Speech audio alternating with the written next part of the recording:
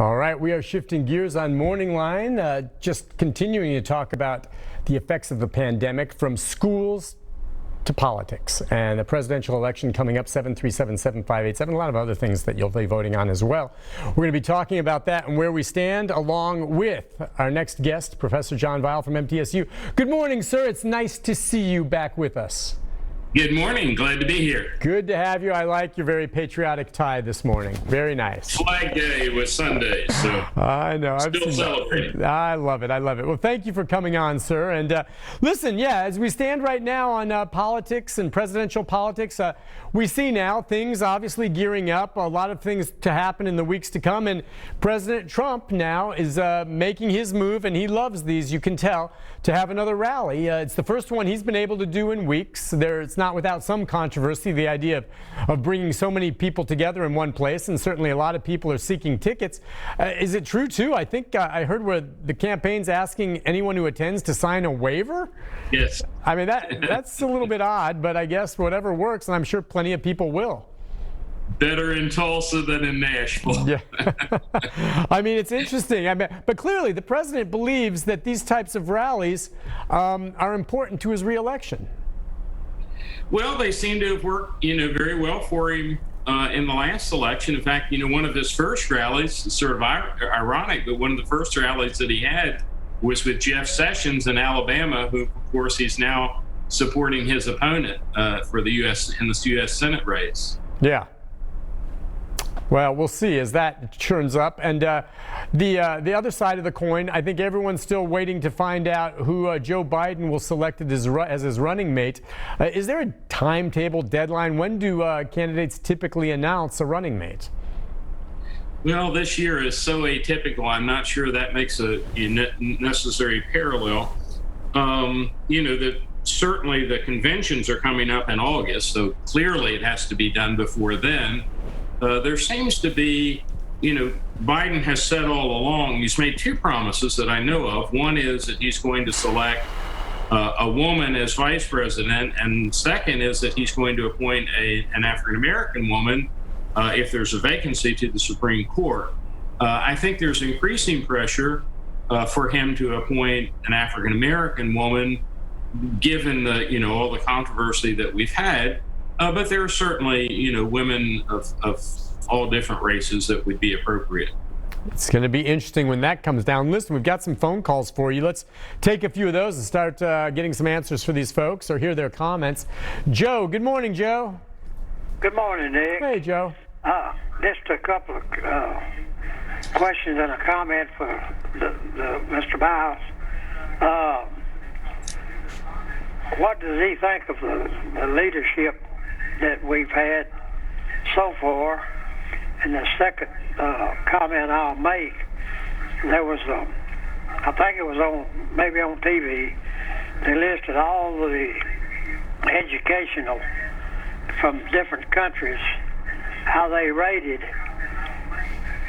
China was number one and the United States was 35th. What does he think about that?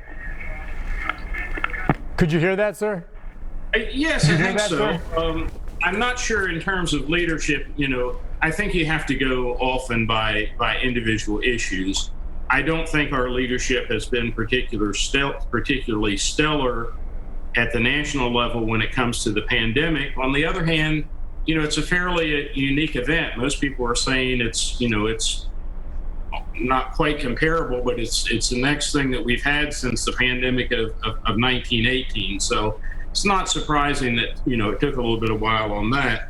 I'm not sure I understand the second question, but, I will say that sometimes countries that are good at indoctrinating seem to come out ahead in certain tests. If you pound something into somebody enough, they can answer multiple choice questions, but they may not be nearly as good at analytical work. And I think generally American education, seems to be continuing to produce some very great entrepreneurs, people of science. So I would doubt that our overall education is second to anyone's. Let's take a call next from Ann. Ann, good morning. Hi, Ann. Good morning.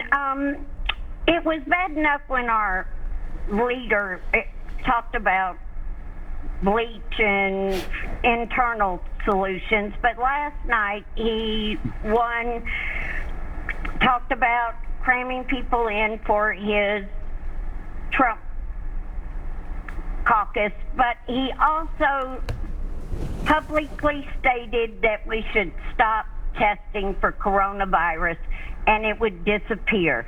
Unfortunately, there are people out there that listen to this man and hold his word as gospel. What do you have to say for that? Because by stop testing, you are putting the risk and the health of all people in our country in harm. And that in itself is reason not to have this man in power. All right. And you're not a doctor, of course, Professor Weil, but, clearly the president, I don't think there's anything he's doing right now that is not in some way in his own mind calculated toward helping him with re-election. And clearly a statement like that is going to alienate someone like Ann, who no way on earth is she going to vote for him. But there are others out there who, as she says, believe it. Who does that message resonate with? I mean, do you think his handling of COVID is going to hurt or help him? I didn't actually hear the specific statement, and I apologize for that. I do know that there was a statement apparently by Vice President Pence, which attributed what appears to be something of a rebound for the virus on testing, which I don't think is completely factual. There are a lot of different ways to measure what's happening. There are some people who probably, don't need testing. I haven't gotten tested. And as far as I know, I've been trying to practice healthy habits here. So, whether everybody should be tested is one thing. If somebody has symptoms or someone isn't, if you think about it, my understanding is you're not supposed to meet with the president unless you've been tested, unless you've had your temperature taken. So that could be something of a double standard here.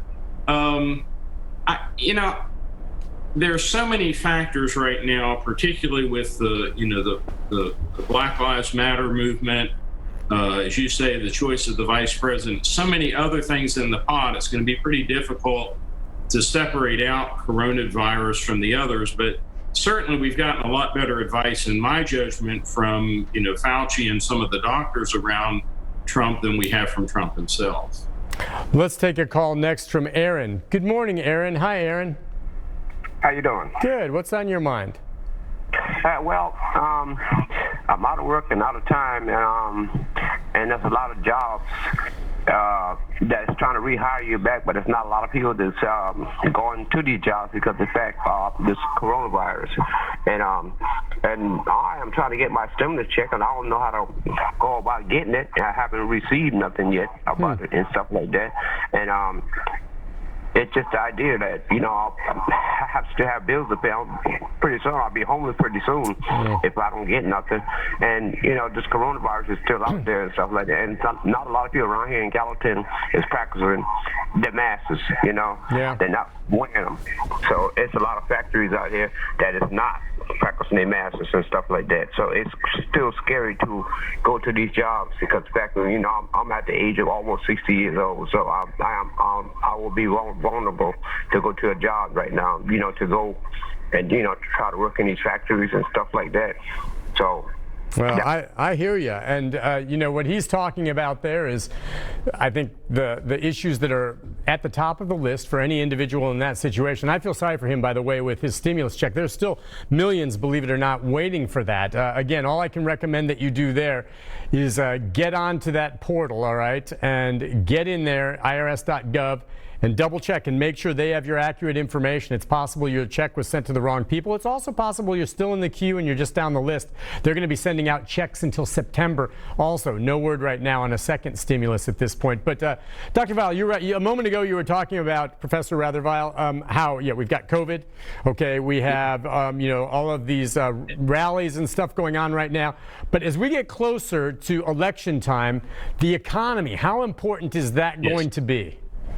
If you remember back to, I believe it was Clinton's first campaign, his manager kept reiterating, it's the economy, stupid. Right. And, if you think about it, the two things that Trump has touted the most in his first 3 years or so of the presidency has been the rise in the stock market and the lowest unemployment in 50 years or so.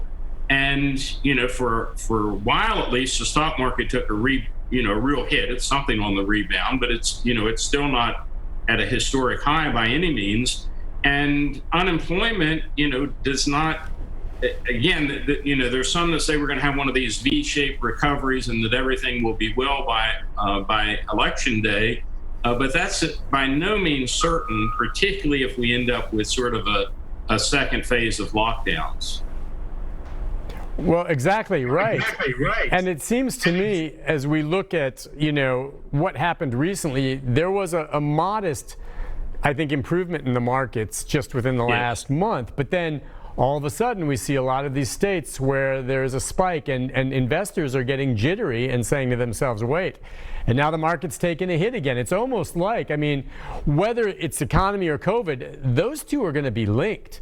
And if you're the president or you're running for office, you need to find a way to get COVID in place and under control to some degree, because if it's not, it's going to hurt the economy. And if it does get under control, I think the market's ready to take off again. People want to go back to work. But otherwise, investors, they're intertwined. You don't deal with one without the other right now. Quite agree. And so without that, things can change in a hurry. We see gas prices all of a sudden going up. What do you think of some of the polls that we've seen out there? And I've learned, over the years, especially after the last election. I'm done with polls. You can say the president's, getting this kind of polling or Biden's getting that. I don't buy into any of it anymore, okay? I don't know. But all the campaigns themselves do their own polling, do they not? They do. There's an old saying among political scientists and probably others as well, that the only poll that counts is the poll on election day. Right. And we might have to modify that if we have a lot of early voting. It may be on, 3 weeks before and up to the election day. Polls are pretty good, we believe, at telling you what people are thinking at a particular moment. But, things just think about, all the events that have happened since the killing in Minneapolis. That was just, 3 or 4 weeks ago. Who would have predicted, the kind of response that we've had? And again, COVID is out there.